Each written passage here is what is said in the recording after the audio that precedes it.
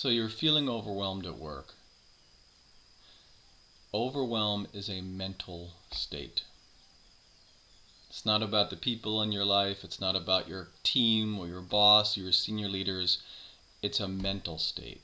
But that means there's something that you can do about it. Once you've identified the thoughts and the beliefs that are creating these feelings of overwhelm, then you can do something about them.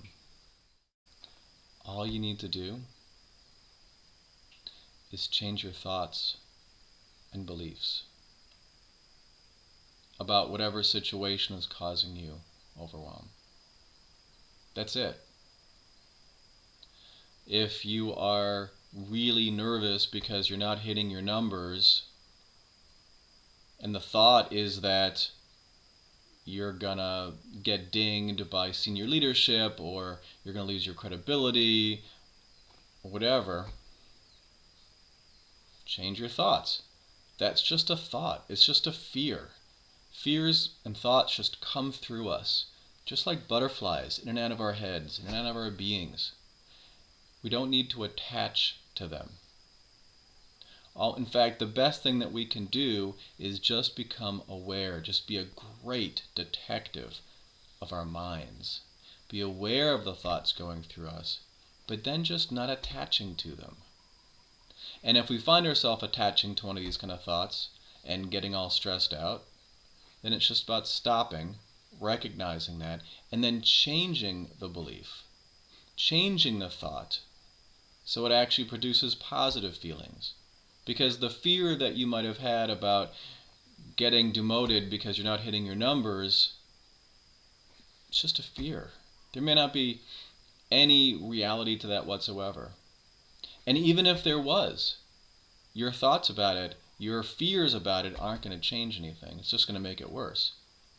So the best thing that you can do is, once you've identified the thought that's creating the overwhelm, is just to turn it around and make it into a positive yet realistic thought or belief that works for you.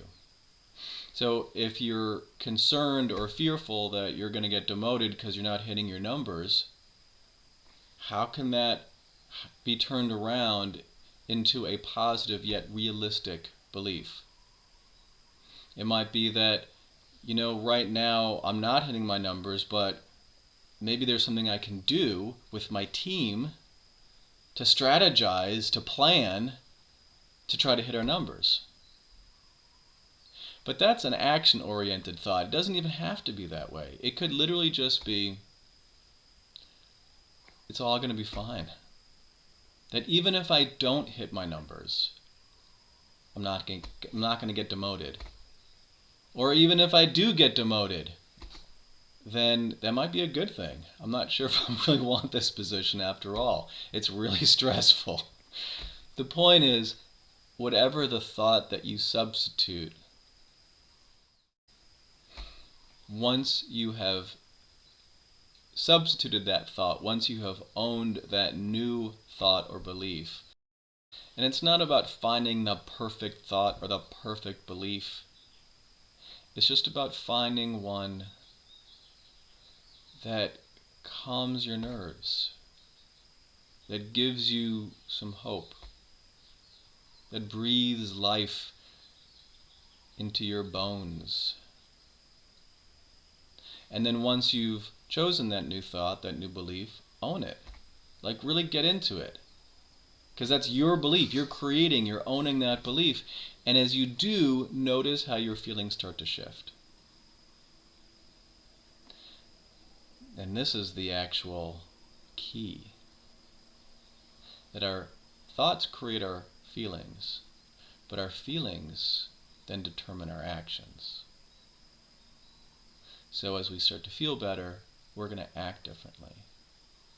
And we all know that actions create results. So by changing our thoughts and beliefs, we're not just minimizing and decreasing our overwhelm. We're actually transforming our results.